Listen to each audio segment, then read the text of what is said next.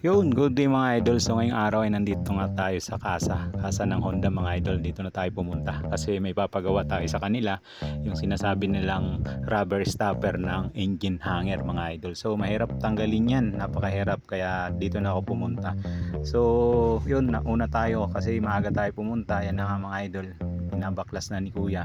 So ang tatanggalin dyan ay yung sinasabi nilang rubber stopper ng engine hanger. Kasi sinasabi nila mahirap yan kasi para ka na rin nagbaklas ng makina niyan, pero sa kasa alam na rin ang ginagawa nila, may diskarte dyan para mas mapabilis ang pagtanggal. So ayan na nga mga idol, bali ang tatanggalin dyan ay yung mamaya makikita nyo yung nasa parang ano siya, goma. Ayan o, yan, ito yung tatanggalin dyan mga idol. Kita nyo naman ano na siya, sagad na siya. Yan, yung goma na yan, yung sinasabi na rubber stopper ng engine hanger. So tatanggalin yan mga idol.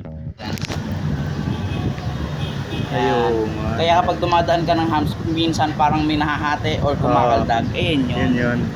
Ayun yun. So ang mangyayari niya sir, kahit isa lang palitan mo, Yun pa rin. okay, hindi, okay lang yun. Kahit isa lang. May clearance pa ba?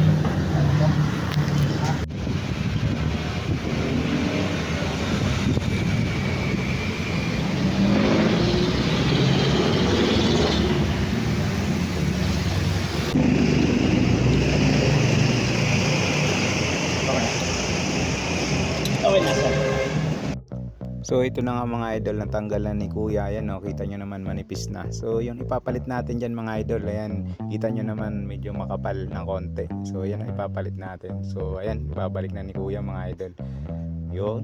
So ayan na nga mga idol, kita nyo naman ang difference niya kaysa kanina. Ayan na yung pong pagkalagay ng bagong rubber stopper. So ayan mga idol, bali yung isa ini-install pa rin ni kuya dun sa baba. Yun, mamaya tapos na yan mga idol. Yun lang mga idol.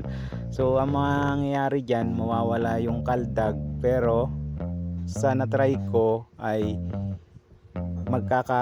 malakas yung vibration niya mga idol. Pero sa una lang yan kasi bago nga po. Yun, sa mga na-try din mga idol, pa-comment na lang kung ano yung na-experience nyo sa pagpapalit nyo ng rubber stopper ng engine hanger natin, ang PCX 160. Yun. So ayan na mga idol, bali babalik na lang yung mga bearings din, okay na.